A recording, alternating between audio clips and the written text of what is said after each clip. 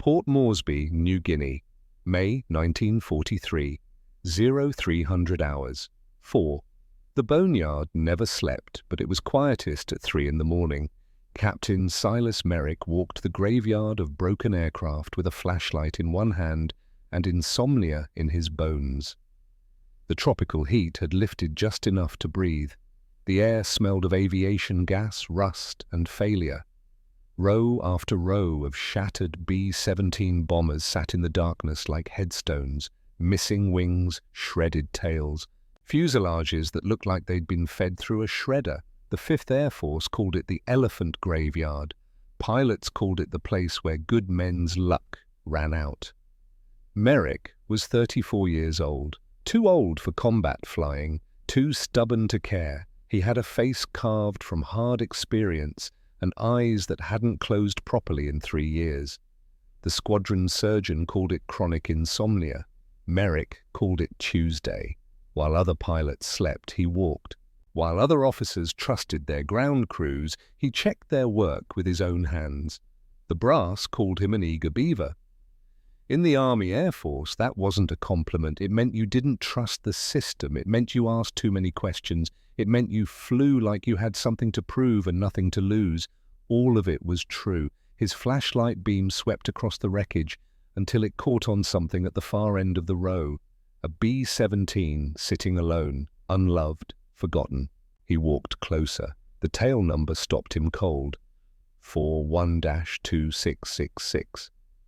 The last 3 digits glowed in his flashlight beam like a neon sign. 666. In a war where men painted 4-leaf clovers on their planes and carried rabbit's feet in their pockets, a tail number ending in the mark of the beast was enough to make grown men cross themselves and walk away.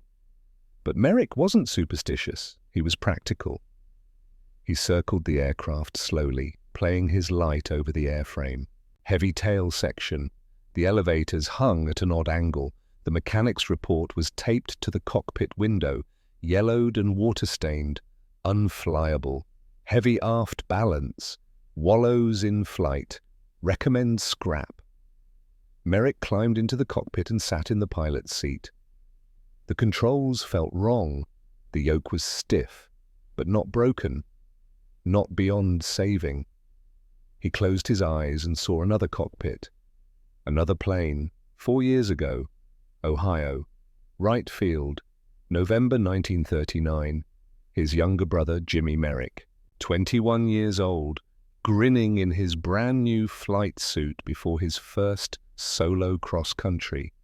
Jimmy had trusted the mechanics, trusted the sign-off sheet, trusted the system. The engine had quit at 800 feet, too low to bail out, too high to survive the crash. The investigator's report had been clinical. Faulty oil line missed during inspection. The mechanic who'd signed the logbook had been tired, overworked, human. Jimmy had been just as dead. Silas Merrick had learned 2 things that day. First, trust no one but yourself. Second, if you're going to fly, you better know every rivet in the machine that's keeping you alive. He opened his eyes. The boneyard was quiet again. The past was the past. But old 666 was right here. Right now. Waiting. The experts say you're garbage, Merrick said to the empty cockpit. Let's prove them wrong.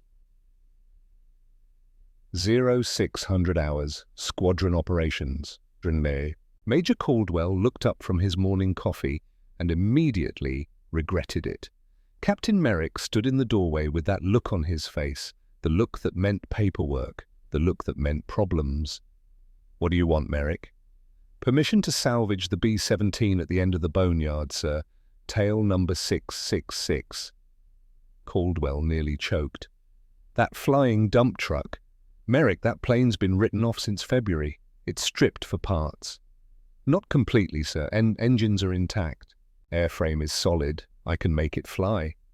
Even if you could, which I doubt, where the hell are you going to get a crew? Nobody wants to fly with you. Caldwell wasn't being cruel. He was being honest. "You're too aggressive. You don't follow formation. You scare the kids." Merrick didn't flinch. "Then give me the misfits, sir, the ones nobody else wants." Caldwell studied him. Merrick was the best natural pilot in the squadron, maybe the best in the 5th Air Force. But he was a nightmare to command, didn't play well with others, didn't trust authority, flew like every mission was personal. "You want the cursed plane and the problem children, is that it?" "Yes, sir." Caldwell leaned back. "Fine, it's yours, just keep it out of my hair.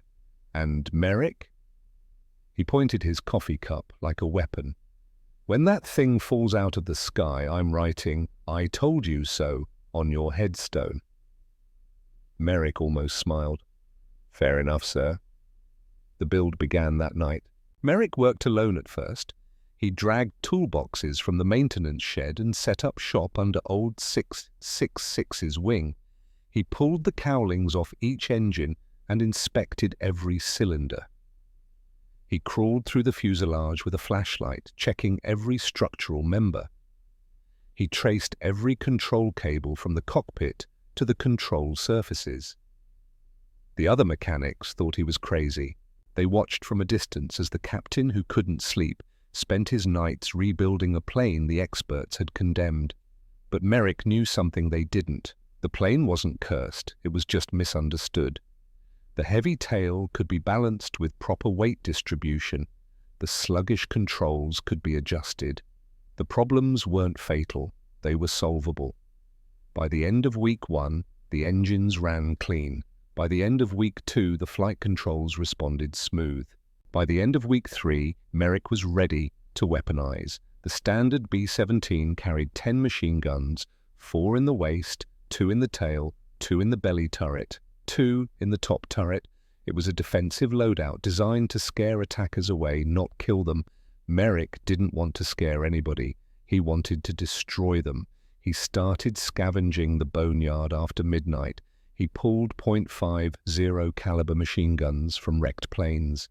He stripped ammunition feeds from crashed bombers. He collected every spare gun mount he could find. He mounted twin guns where the manual called for singles. He cut new firing ports in the fuselage floor to cover the belly blind spot. He doubled up the waist positions. He reinforced the tail section and added extra guns pointing straight back. By the time he was done, old 666 bristled with 19 machine guns. 19. The mechanics who saw it couldn't believe it. The plane looked like a flying porcupine. Guns pointing in every direction, ammunition belts snaking through the fuselage like mechanical intestines. "You're going to fly that thing?" one of them asked. "I'm going to make the Japanese wish I hadn't," Merrick said. But the biggest modification was in the nose gun. Every B-17 pilot knew the weakness. The plexiglass nose was the bombardier's office. It had a single, flexible .30 caliber machine gun for defense. Light, weak, almost useless. Japanese Zero fighters knew it too. Their favorite tactic was the head-on attack. Dive straight at the nose, fire 20mm cannons into the cockpit, kill the pilots. The Americans couldn't shoot back with enough firepower to stop them. It was a textbook move. It worked every time. Merrick sat in the cockpit one night and stared through the nose glass. He thought about the Zeros screaming in head-on. He thought about being helpless, about watching death come and having nothing to do but pray. "Not me," he said, not this time." He found a fixed gun mount in a pile of scrap, the kind used on attack aircraft, designed to be bolted to the airframe and fired by the pilot. He carried it back to old 666 and went to work. He bolted a heavy .50 caliber machine gun directly to the cockpit floor, aimed it straight ahead through the nose, rigged a trigger to the control yoke. This was strictly against regulations. Bombers weren't fighters, pilots weren't gunners. The recoil could crack the plexiglass. The weight could throw off the center of gravity. The manual said it was impossible. Merrick didn't care about the manual. The manual hadn't saved Jimmy. He test-fired it the next morning while the rest of the squadron was still asleep. The recoil shook the entire cockpit. The noise was deafening, but the gun worked. The mounting held. The nose glass didn't crack. Merrick sat back and allowed himself a rare smile. He'd just turned a 30-ton bomber into the world's slowest fighter plane. He couldn't wait to see the look on a Zero pilot's face when the helpless American bomber started shooting back. Building a crew was harder than building a plane. Merrick found his bombardier in the stockade. Dutch Holloway, 28 years old, broad shoulders, broken nose, the best shot in the Pacific Theater and the worst attitude in the Army Air Force. "What are you in for?" Merrick asked through the bars. "Deck to lieutenant," Dutch said. He was drunk. Tried to make a private do his laundry. I suggested he do it himself. He suggested I mind my own business. I suggested he meet my fist. "How long?" 10 days. Could have been worse. Merrick studied him. "You know how to work a bomb site?" "Better than anyone in this squadron." "You good with a gun?" Dutch grinned. "Point me at something. I'll kill it." "I've got a plane. 19 guns. Flying solo over Bougainville. Probably won't come back." "Want in?" Dutch stood up and walked to the bars. "Captain, I've been trying to get kicked out of this man's Air Force for 6 months. If you're offering me a suicide mission, I'm your man." "You're hired." The rest of the crew came together the same way. Misfits, screw-ups, men who couldn't follow orders and didn't play well with others, a navigator named Morrison who questioned routes, gunners with attitude problems, a tail gunner named Patterson who'd been passed over by 5 different crews. They weren't the best crew in the 5th Air Force, but they were Merrick's crew. He called them together under old 666's wing on a Thursday night. 8 men, all volunteers, all expendable. "Gentlemen," Merrick said, we're the ones nobody wants. The brass thinks we're problems. They're right. We don't follow the playbook. We don't trust the system. We do things our own way." He pointed at the plane behind him. "That plane was written off as garbage. I rebuilt it. We're going to fly it, and we're going to prove every expert wrong." Nobody spoke. They just nodded. Dutch broke the silence. "So what's the mission, Captain?" Merrick's expression hardened. "Tomorrow morning. 0800. Operations briefing. We're going to find out. 0800 hours. Operations tent." The briefing room was packed. Every pilot in the squadron, every crew. Major Caldwell stood at the front next to a large map of the Solomon Islands. A red circle marked Bougainville. "Gentlemen," Caldwell began, "intelligence needs photographs of the Bougainville coastline.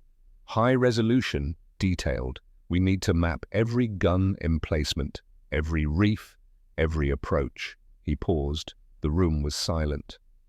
"To get these photographs, a bomber will have to fly straight and level over the target for 20 minutes, in broad daylight, alone." A murmur ran through the crowd. Pilots exchanged glances. Everyone knew what that meant.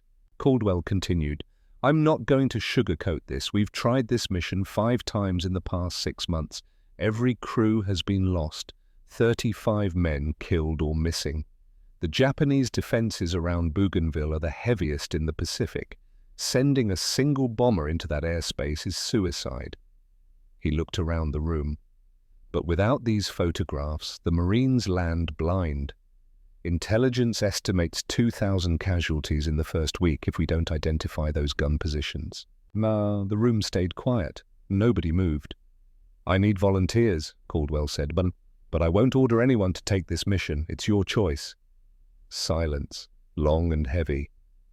Then Silas Merrick stood up in the back. "Sir, my crew volunteers." Every head turned. Caldwell stared at him.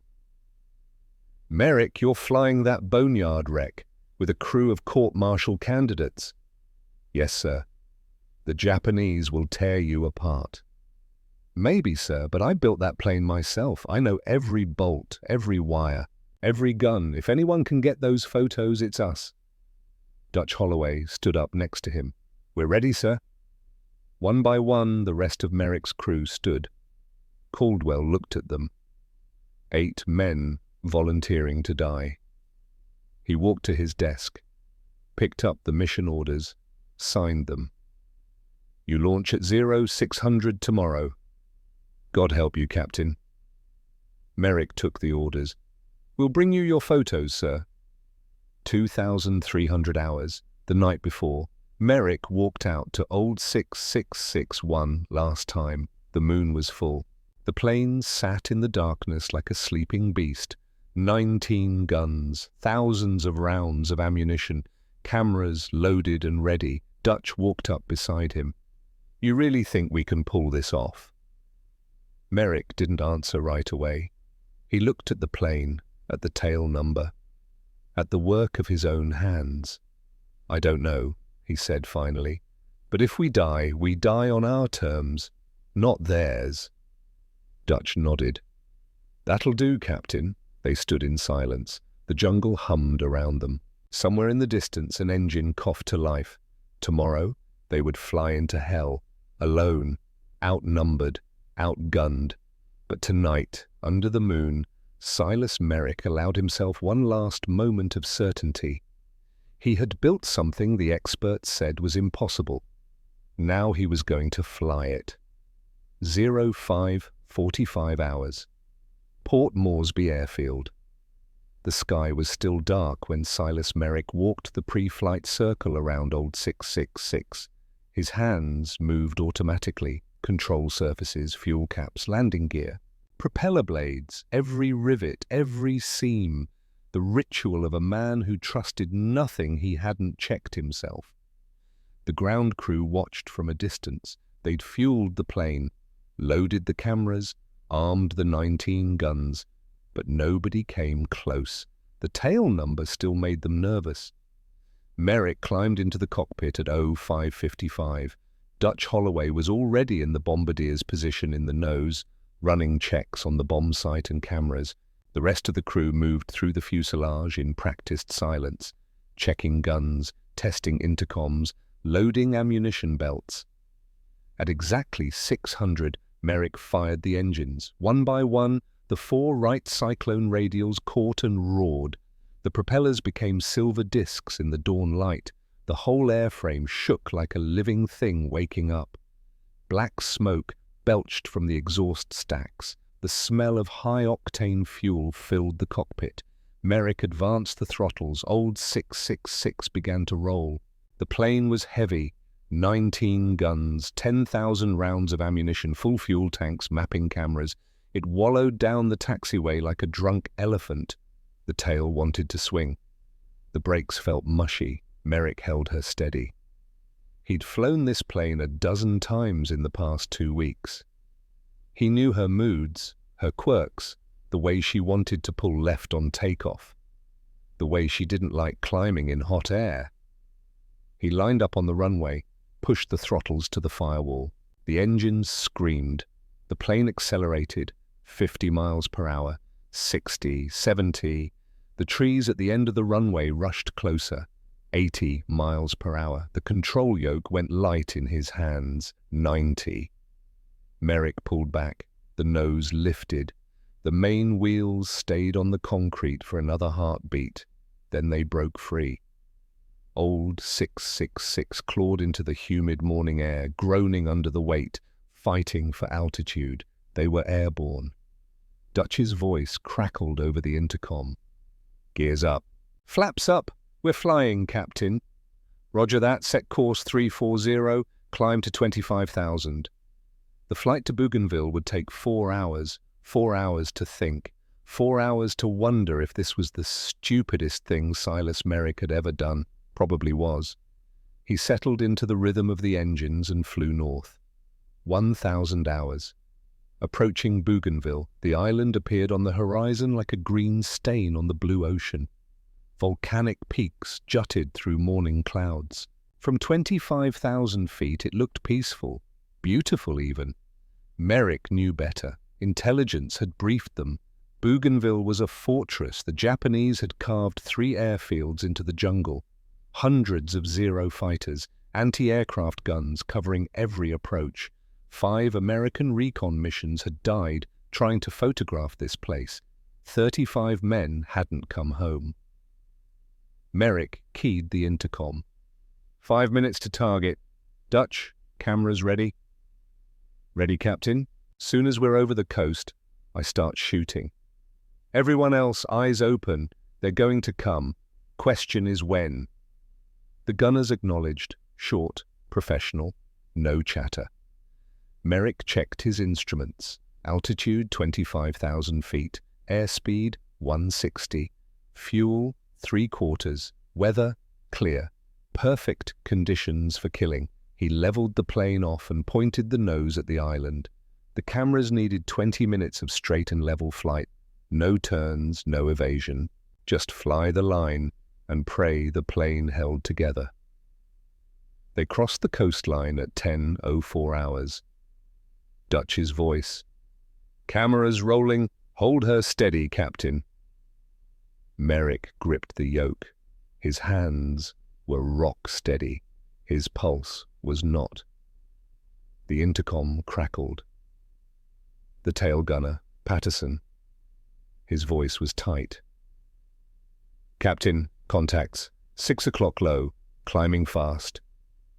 Here we go. How many? Patterson was silent for 3 seconds, counting. Jesus Christ, Captain, I count 1, 5, 10, 50, and his voice climbed an octave. 17 fighters climbing. The intercom went silent. Every man on the plane understood what that meant. Intel had said maybe 5 or 10 zeros, maybe. 17 was a death sentence. Dutch's voice cut through the quiet.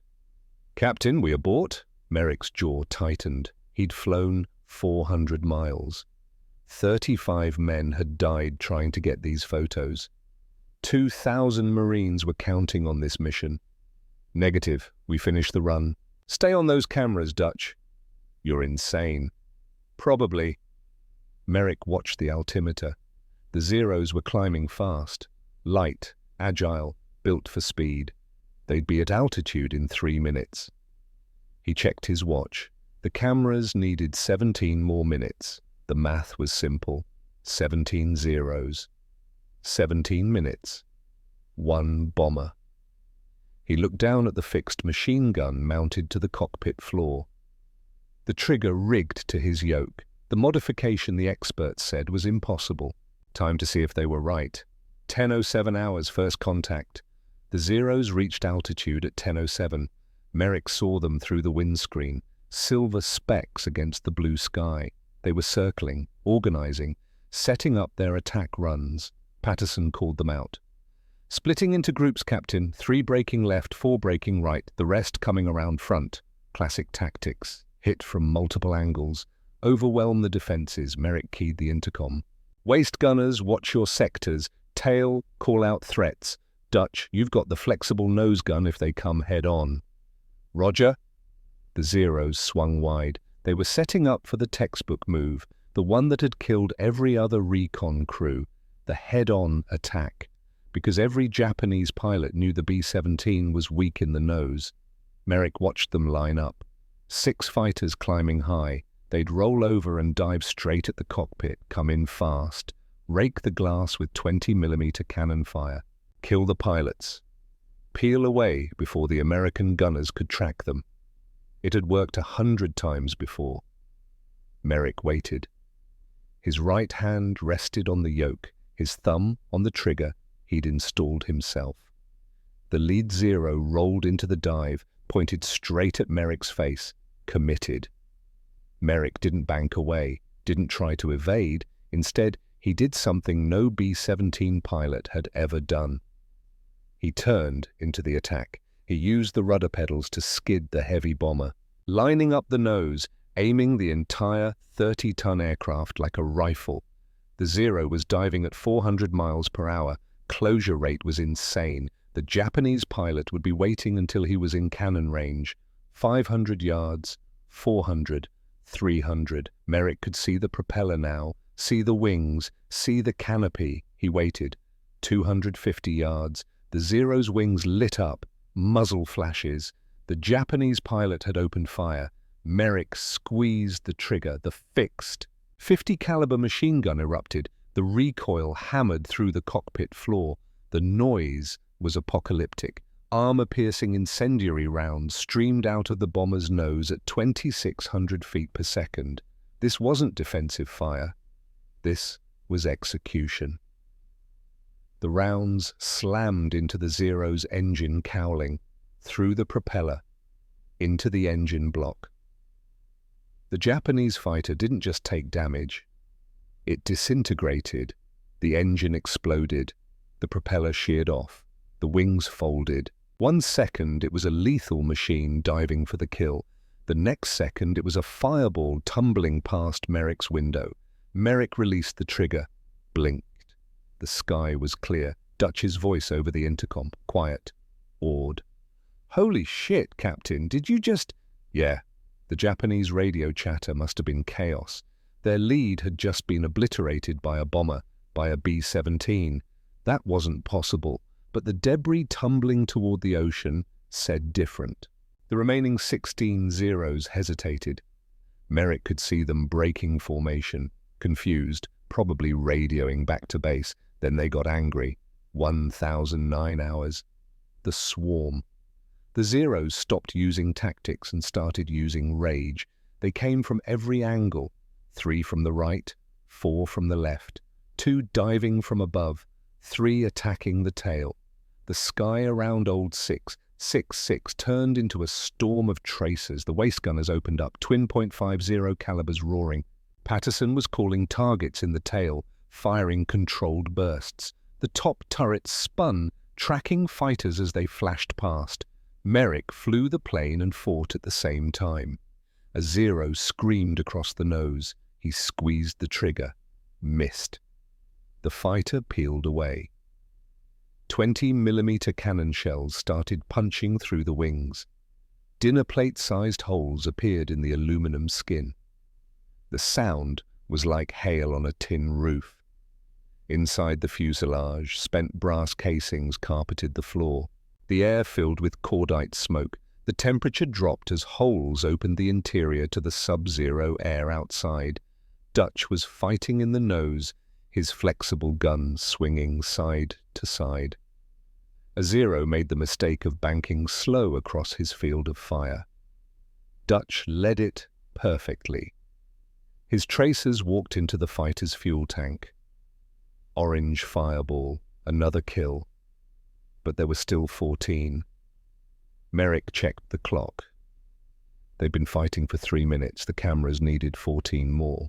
A Zero dove from directly above, straight down. The top turret gunner tracked it, fired, missed.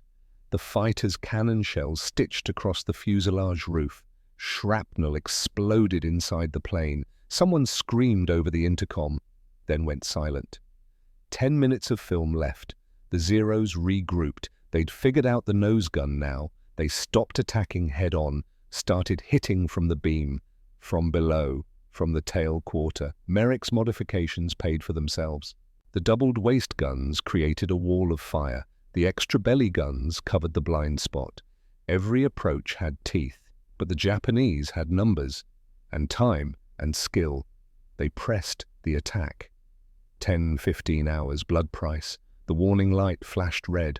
Oxygen system failure. Merrick's mind raced. At 25,000 feet, the air was too thin to breathe. Without oxygen masks, the crew would pass out in minutes. Blackout. Die. He had one choice. Dive. But diving meant losing altitude, coming into range of the anti-aircraft guns on the ground, trading one death for another. Dutch's voice over the intercom, strained. "Captain, can't breathe." Merrick shoved the yoke forward.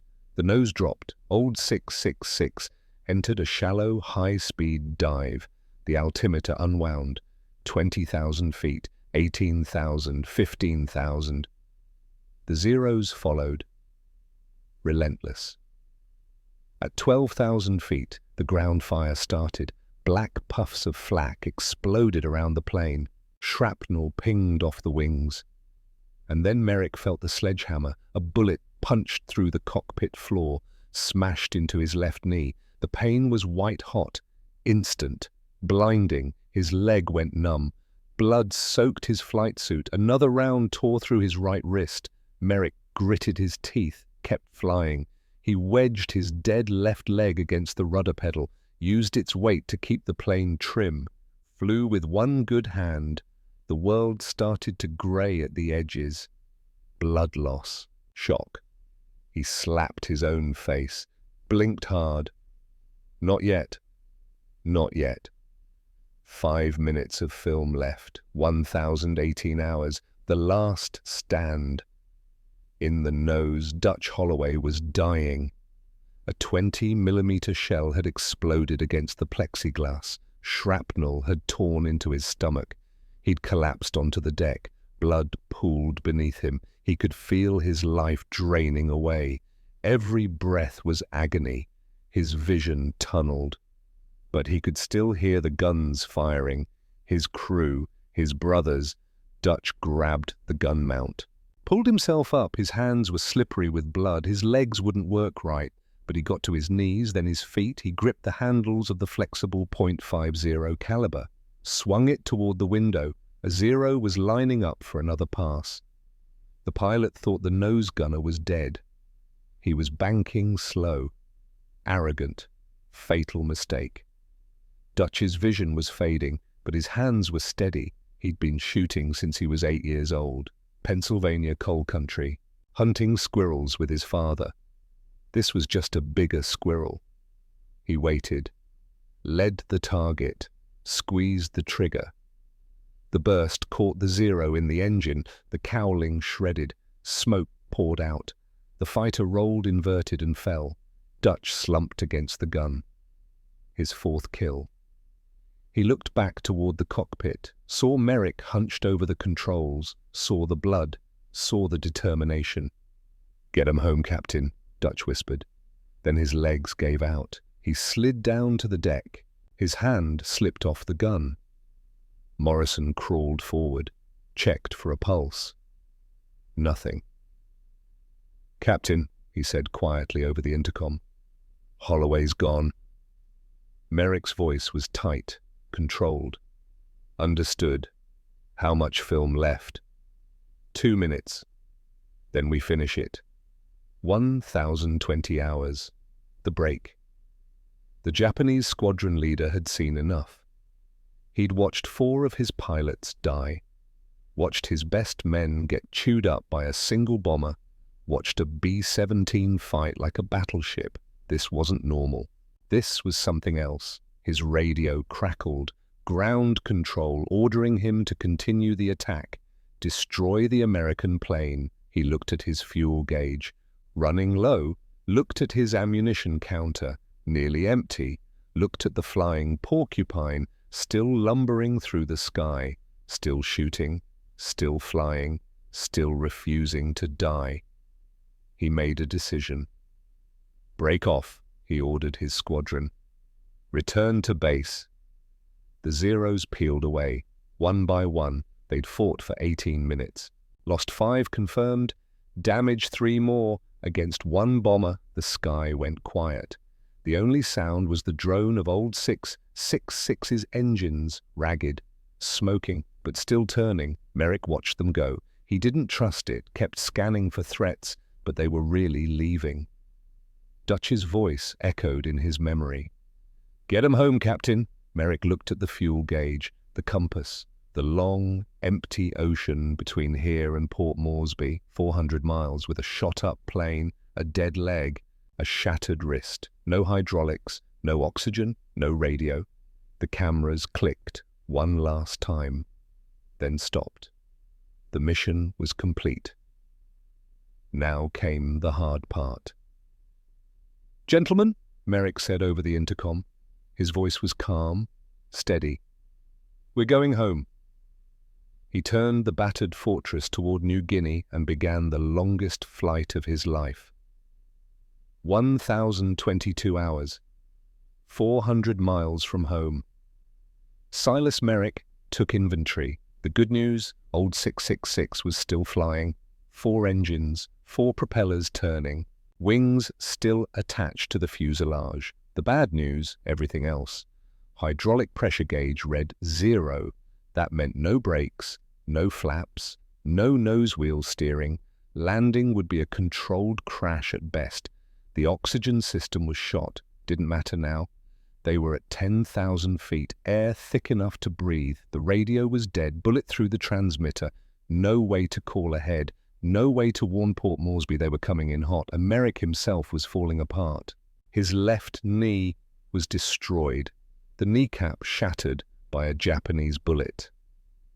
His flight suit was soaked black with blood from the waist down. His right wrist had a hole through it. Every time he moved the control yoke, fresh blood welled up. The pain was a living thing. A white-hot pulse that threatened to pull him under. His vision kept tunneling. Grey creeping in from the edges, he'd lost a lot of blood. Maybe too much. Morrison crawled forward from his station, 22 years old. Good with numbers, bad with blood. He took one look at Merrick's leg and went pale. Jesus, Captain, you need a tourniquet. I need you to give me a heading for Port Moresby, Merrick said. His voice was flat, controlled. And then I need you to get back to your station. Sir, you can't fly like this. Let me take the controls. Merrick shook his head. The movement made the world spin. The hydraulics are gone. The control cables are damaged. If you pull wrong, they'll snap. Then we all die. But I know this plane, Morrison. Every cable, every pulley, every wire. I can feel what she'll take and what she won't. Can you? Morrison swallowed. No, sir. Then give me a heading and let me fly. Morrison checked his charts. His hands were shaking. Course 165, distance 380 miles, 2 hours 15 minutes at current airspeed. 2 hours and 15 minutes. Merrick didn't know if he had 2 hours left in him, but he didn't have a choice. Roger. Get everyone strapped in. This is going to be a rough ride. 10:45 hours. Hallucinations. The jungle below was an endless carpet of green. No landmarks, no reference points, just trees and rivers and the slow curve of the horizon. Merrick's mind started playing tricks. He saw movement in the clouds, thought it was zeros, blinked. Nothing there, just vapor.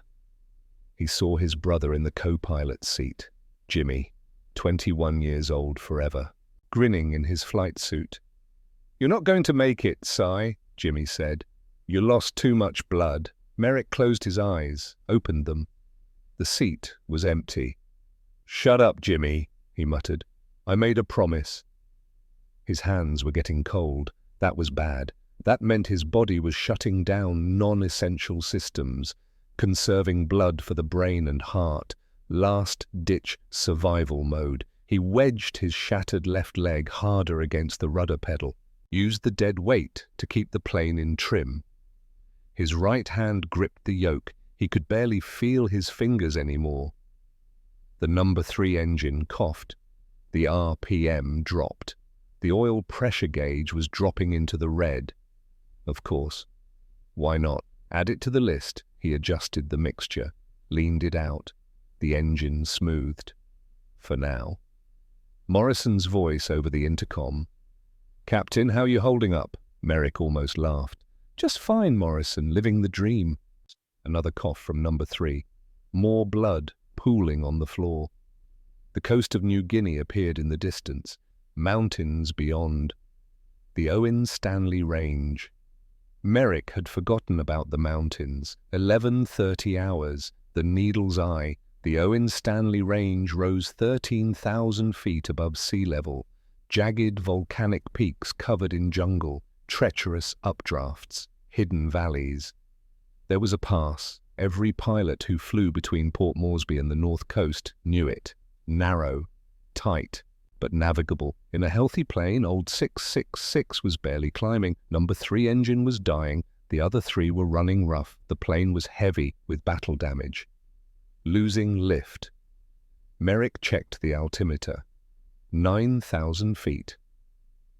The pass required 10,000 minimum. He pushed the throttles forward. The engines screamed. The temperature gauges climbed into the red. The oil pressure kept dropping. 9,200. The mountains filled the windscreen. Sheer rock faces. Trees clinging to impossible slopes. 9,500. He could see the pass now, a notch between two peaks, maybe 200 feet wider than his wingspan. 9,800. The left wingtip was 15 feet from solid rock. The right wingtip was 12 feet from instant death. Merrick's hands were steady. His vision was clear. The hallucinations had stopped. Pain had a way of focusing the mind. He flew by instinct, by feel, by the vibration of the control yoke in his one good hand. The updrafts tried to flip him. He countered with rudder. The downdrafts tried to slam him into the rocks. He added power. Trees blurred past the belly. So close he could see individual leaves. The propellers chewed air 6 feet above the canopy. Then they were through. The mountains fell away behind. The coastal plain opened up ahead. Port Moresby in the distance. Morrison whooped over the intercom. "We made it!" "Captain, we actually made it." Merrick didn't celebrate. He was too busy trying not to pass out. "Morrison, fire a red flare. Let the tower know we're coming in emergency." "Flare guns shot out, sir." Of course it was. Then they'll figure it out when they see us. 11:47 hours, final approach. Port Moresby Airfield appeared dead ahead. The runway looked like a postage stamp. Merrick was coming in fast, too fast, but without flaps he couldn't slow down. Normal landing speed was 80 miles per hour. He was indicating 120. The tower must have seen him. Crash trucks were racing toward the runway. Ambulances lined up. Men were running. Merrick keyed the dead radio anyway. "Port Moresby Tower, this is old 666. Emergency landing. No hydraulics, no brakes, no flaps. Requesting clear runway." Silence. The radio was dead. He lined up the approach. The runway was 3,000 feet long. At this speed, he'd need most of it, maybe more. The jungle at the far end looked very close. His vision was fading again. Grey fog creeping in. His hands were numb. He couldn't feel the rudder pedals anymore. 200 feet. The plane wanted to drift right. Crosswind. He corrected with rudder, overcorrected. Straightened out 100 feet. His right hand was barely gripping the yoke. Blood made everything slippery. 50 feet. Focus. Just 30 more seconds, that's all. 30 seconds. The runway rose up to meet him. 20 feet. Merrick pulled back on the yoke, flaring the nose, trying to bleed off speed. 10 feet. The main wheels kissed the concrete, then slammed down hard. 1,148 hours. The roll, old 666, hit the runway, doing 115 miles per hour. The landing gear screamed. The tires smoked. The whole airframe shook. Merrick had no brakes. Just friction, just hope. He cut the throttles, pulled the mixtures to idle cutoff. The engines died one by one. The propellers windmilled to a stop. The plane was still rolling. Fast. 1,000 feet of runway gone. 2,000 feet. 2,500. The end of the runway approaching, the dirt beyond, the jungle beyond that. Merrick stomped on the rudder pedals with his one good leg, trying to keep the plane straight. If a wheel caught soft dirt, the plane would ground loop. Cartwheel, explode. 2,800 feet. The wheels left the concrete, hit dirt. The plane lurched, slowed. The tail swung left. Merrick fought it, held the yoke neutral, let the plane sort itself out. 2,900 feet. The trees were right there, 50 feet away. 40, 30. The plane was slowing, 50 miles per hour, 40, 30, 20 feet from the jungle. Old 666 ground to a stop in a cloud of dust. The silence was deafening. Merrick slumped over the yoke. The world went grey, then black. His last thought, "We made it, Jimmy, we made it." Then nothing. 1,149 hours. Aftermath. The ground crews reached the plane 30 seconds later. They stopped 10 feet away, staring. Old 666 looked like it had been put through an industrial shredder. The nose glass was completely gone, shattered. The fuselage was lace, holes everywhere, big ones. The tail section was hanging by threads of aluminum. A mechanic started counting bullet holes, stopped at 50, started again, lost count at 100. The final tally would be 187 bullet holes. 5 cannon shell impacts. The medics pulled the crew out. 6 men walked off under their own power, wounded but alive. 2 didn't walk off. Dutch Holloway, dead at his gun in the nose, face peaceful, hands still gripping the weapon. A waist gunner named Cooper, killed by shrapnel, 19 years old. They pulled Silas Merrick out last. He was unconscious, pale as paper, blood pressure barely readable, pulse thready. The doctor on scene didn't think he'd survive the trip to surgery. They loaded him onto a stretcher, ran toward the medical tent. Behind them, old 666 sat in the dirt, bleeding oil and hydraulic fluid, a corpse of a machine that had done the impossible, flown into hell, fought 17 devils, brought its crew home. Well, most of them, 1,600 hours. The photographs. While Silas Merrick fought for his life in surgery, intelligence officers rushed the film to the photo lab. 35 men had died trying to get these pictures. 2 more had died today. If the film was ruined, if the images were blurred, the mission was a failure. The technician developed the negatives with shaking hands, hung them to dry, held them up to the light. His jaw dropped. The photos were perfect, despite the battle, despite the evasive maneuvers. Despite the plane being torn apart around them, Merrick had held old 666 steady enough to capture crystal-clear images.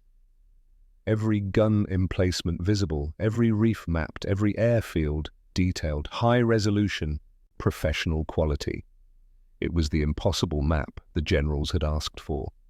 Major Caldwell examined the photos in his office that evening, spread them across his desk, studied them with a magnifying glass.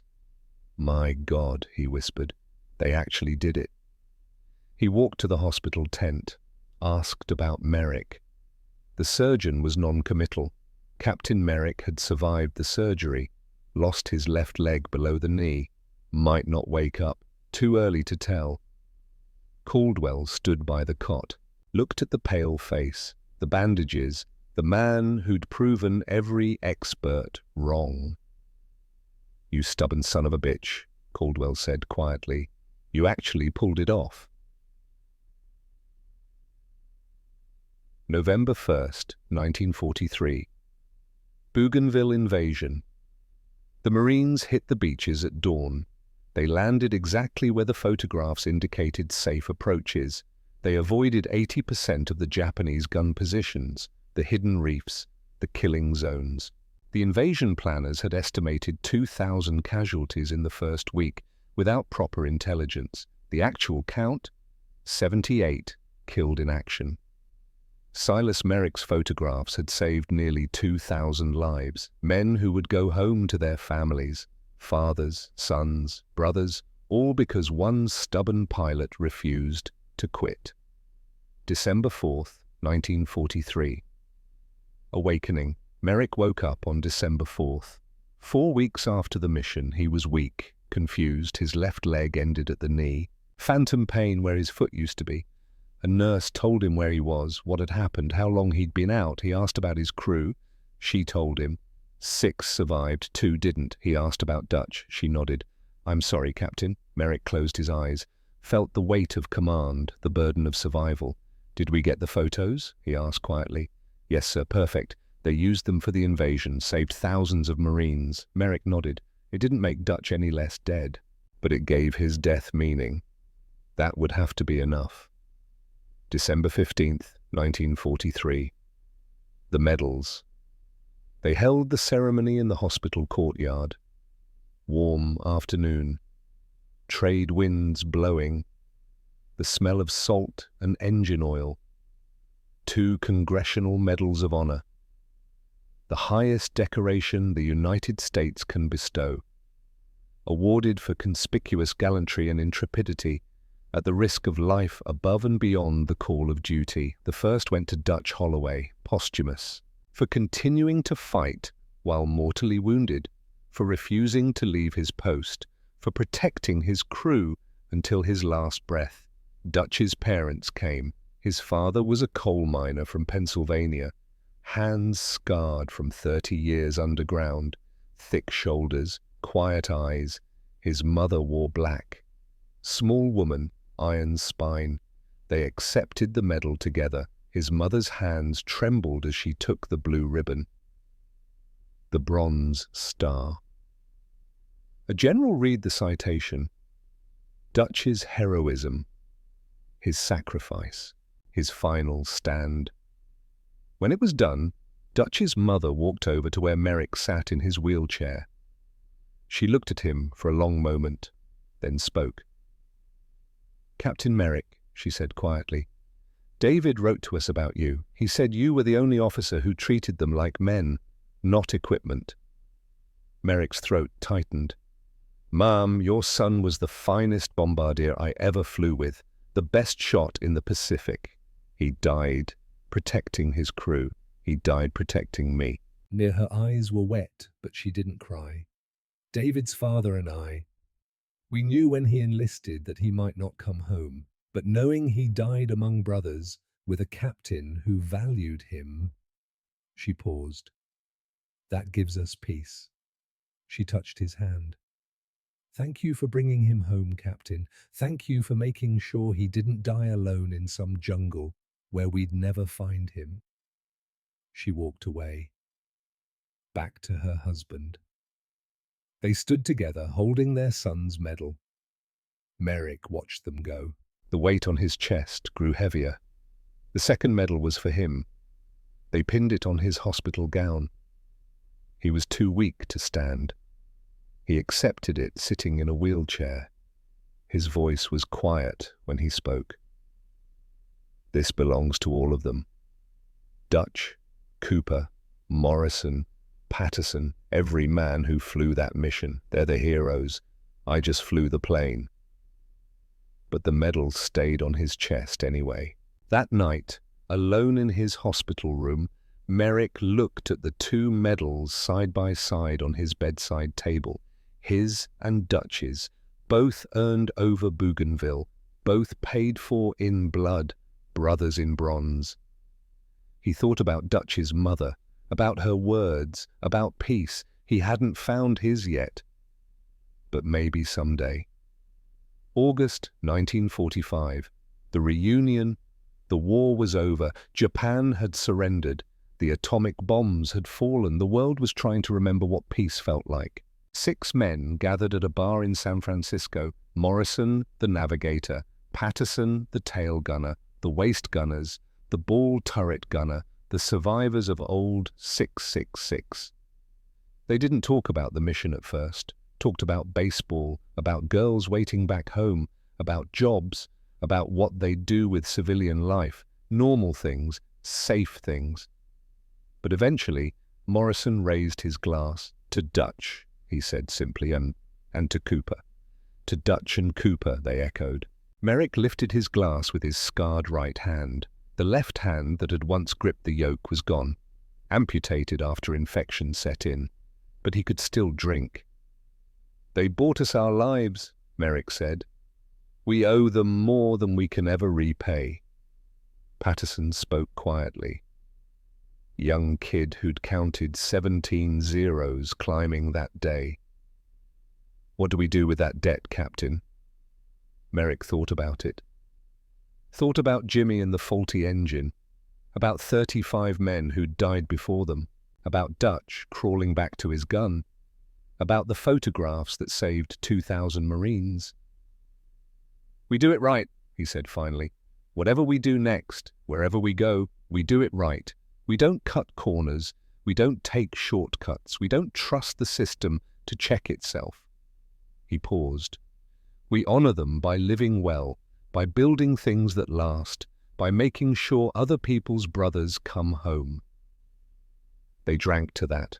They talked until dawn, told stories, laughed, cried a little when nobody was looking. They promised to meet again next year. Same place, same time. Some of them kept that promise, some didn't. Life moved on. Families, jobs, distance. But they all remembered the 40 minutes over Bougainville, the 19 guns, the porcupine that refused to die, and the 2 brothers who didn't make it home. 1945 to 2007. The long peace. Silas Merrick returned to the United States in October 1945. He learned to walk with a prosthetic leg, learned to write with his left hand since the right was too damaged, learned to live with the nightmares that woke him at 0300, the same time he used to walk the boneyard. He married a nurse named Catherine who'd cared for him during recovery, had 3 children, 2 boys and a girl, raised them in Oregon. Never talked much about the war at family dinners, but he went to work every day in aviation safety. He designed triple redundant systems for civilian aircraft, backup systems for the backup systems. Every design review, he thought about Jimmy's engine failure. Every safety protocol he wrote, he thought about the 35 men who'd died before Bougainville. His colleagues thought he was obsessive, too cautious, too paranoid about failure modes that would probably never happen. Merrick didn't care. He'd seen what happened when people cut corners, when they trusted the system, when they assumed someone else had checked. His innovations reduced civilian aviation crashes by 30% in the 1950s, saved hundreds of lives, maybe thousands over the decades, numbers on a page, statistics in a report. But Merrick knew each number was a person, a father, a son, a brother, someone who got to go home because a system didn't fail. He never took credit publicly, never sought recognition, never went on the speaking circuit like some Medal of Honor recipients. He just worked quietly, methodically, making sure planes were built right. Every night when he came home, he walked past his study. Inside on the desk were 2 frames. One held his Medal of Honor citation, the other held Dutch's, side by side. Brothers, he'd look at them, remember that day, remember the promise he'd made. Do it right. Honor them by living well. He kept that promise for 62 years, 2006. The last interview, a reporter found him in 2006, young kid from a history magazine, writing a piece about the Pacific War. Someone had told him about the Medal of Honor captain who lived quietly in Oregon. Merrick was 97, tired, but he agreed to the interview. They sat on his porch, overlooking the valley. Catherine brought them coffee. The reporter asked the obvious questions. What was it like? How did you do it? How did one plane beat 17 fighters? Merrick was quiet for a long time, looking out at the trees, the mountains in the distance. Then he smiled. That rare smile. "I didn't trust the experts," he said. "They told me the plane was garbage. They told me the mission was suicide. They told me it couldn't be done." He leaned back in his chair. "But I built that plane with my own hands. I knew every rivet, every wire, every gun. I knew what she could take and what she couldn't. And when the Japanese came, I didn't run. I fought back." "What's the lesson?" the reporter asked. "For people today?" Merrick looked at him. "Simple. Don't wait for permission. Don't follow the crowd just because everyone else is doing it. Trust your own hands. Do the work yourself. Do it right. And never, ever quit when something matters." The reporter scribbled notes. "That's good advice for young people." "It's good advice for anyone," Merrick said. "Young, old, doesn't matter. You want to survive, you want to succeed, you do the work, you check the details, you don't assume someone else will catch your mistakes." He paused. because someday your life might depend on it, or someone else's life might. The interview ran in the magazine 6 months later, got a few thousand readers, nothing viral, nothing famous. But some of those readers took it to heart. Some of them became engineers who checked their work twice, mechanics who didn't sign off until they were sure, pilots who walked the pre-flight even when they were tired. And somewhere, Silas Merrick would have approved. March 8th, 2007. The end. Silas Merrick died peacefully in his sleep at 03:20 hours. The same time he used to walk the boneyard. His wife was beside him. His children in the house. He was 98 years old, the last surviving Medal of Honor recipient from the 5th Air Force. At his funeral, they played taps. Folded the flag, handed it to Catherine. His children spoke, told stories about a father who worked hard, who taught them to do things right, who never quit when things got hard.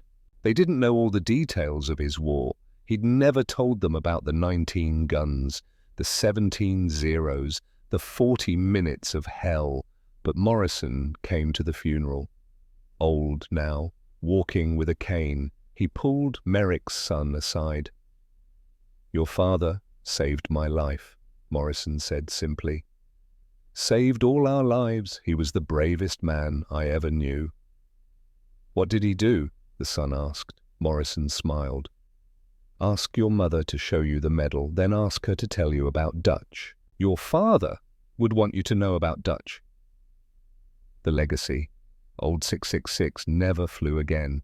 The damage was too severe, the airframe too compromised, but they didn't scrap it immediately. They parked it in the boneyard with honor, let it rust slowly under the New Guinea sun, a monument to the impossible. Decades later, aviation historians found the wreckage, counted the holes, read the after-action reports, did the math. 1 plane, 17 fighters, 40 minutes of combat, 19 guns. 187 bullet holes, 5 cannon impacts, 2 men awarded the Medal of Honor for the same mission, thousands of Marine lives saved. The numbers didn't make sense, the statistics were impossible, but the wreckage was real, the medals were real, the photographs were real, and the lesson was eternal. A cursed plane is only cursed if you believe it is. An impossible mission is only impossible if you quit. The experts are only right if you let them be. Silas Merrick proved that one man with enough stubbornness and skill can change the outcome, can beat the odds, can do what everyone says can't be done, not by luck, not by miracle, by knowing every rivet, by trusting his own hands, by refusing to quit, and by honoring the brothers who didn't make it home. Dutch Holloway's Medal of Honor sits in a museum now, next to Merrick's, side by side, just like they flew, brothers in bronze, forever.